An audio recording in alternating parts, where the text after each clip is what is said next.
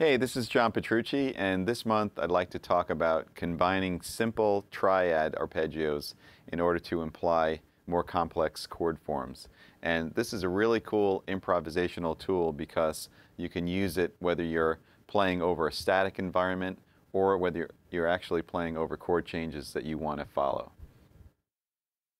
Okay, so we're going to start very simple, so the concept is outlined really clearly. First example uses a G major triad arpeggio, and it's going to be between the E, B, and G strings. So the root's going to be here on G, and the triad should look pretty familiar. It goes like this. So over a G note, it would sound like this. All right, and what we're going to do is we're going to combine that with an E minor arpeggio, very, very simple form. Again, should look really familiar. The root is going to be on E, on the G string, and that's going to look like this. So played over an E. It sounds like that. Now the real magic comes in combining the two, and there's going to be two chordal sounds that are going to be created by combining them. The first one will be based on G. So if we take the G major and we combine it with the E minor, we have this type of shape combined.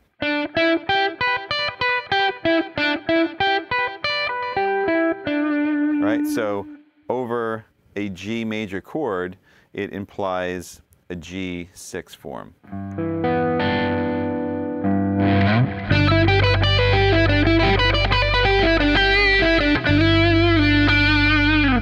Right? And that's primarily because we're adding in the E. If we play that same shape over an E, it's going to imply an E minor 7.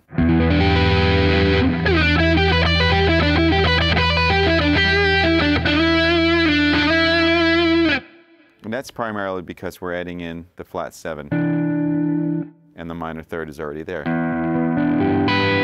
All right, so already you can see that just by combining two simple triad arpeggios, we're implying chords that are a little more rich in their voicings. Let's apply that same thing to two more chords. We'll take A minor 7 and C6.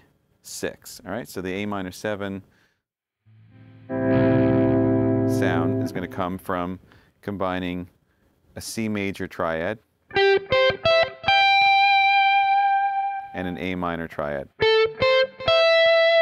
All right, so over a C, we have a C6 sound.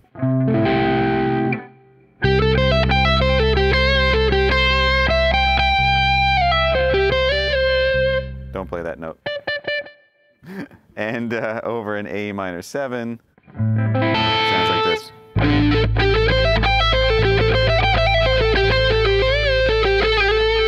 I can't help it.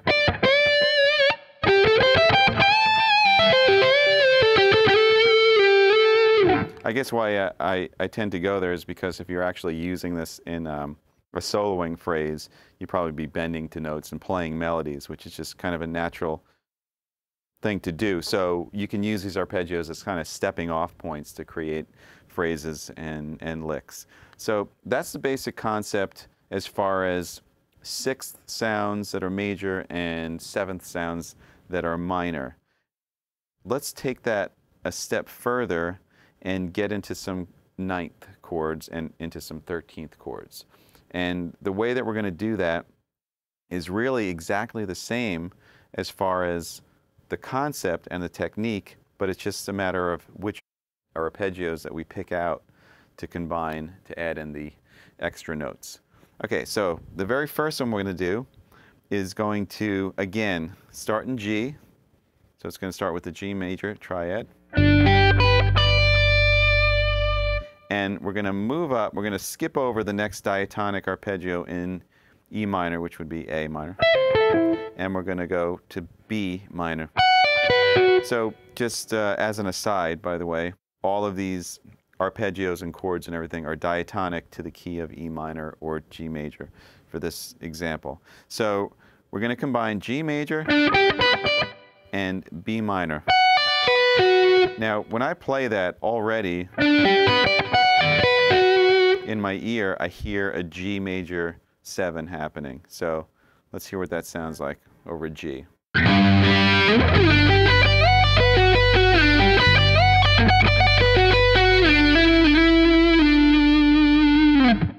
Once again, I added in an extra melody note that's not in there, but don't worry, we're getting to that now. If we take that same shape and apply it over an E minor 7, it's going to sound like this.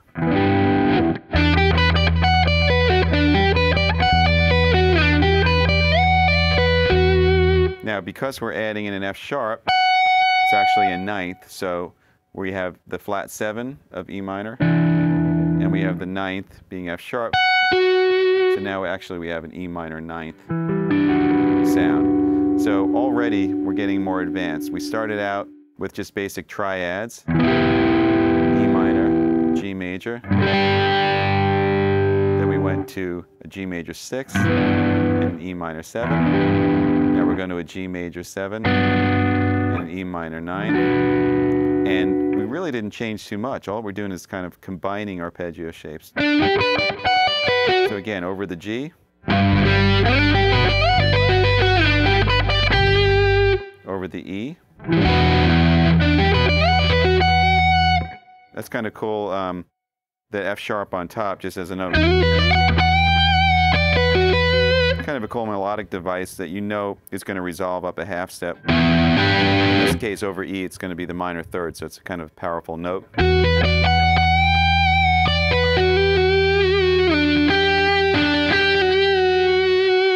You can also add in the F sharp down there if you want.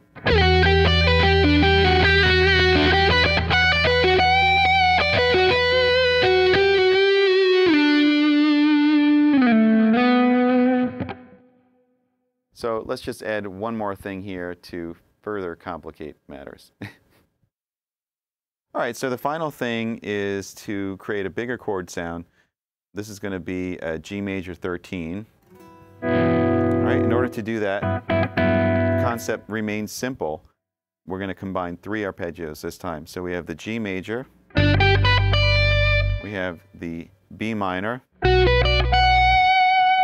and now we have the E minor. So when you put those all together, we have something that sounds like this. And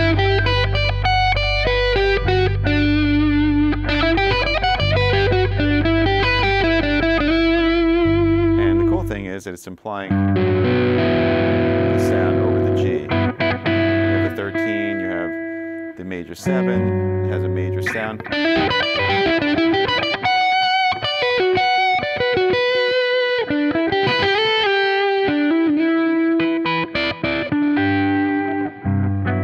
Over E, it's a little richer as well. I mean, we have the 9.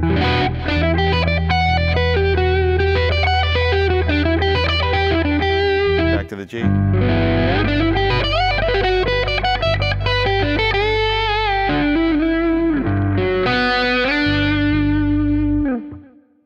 There it is.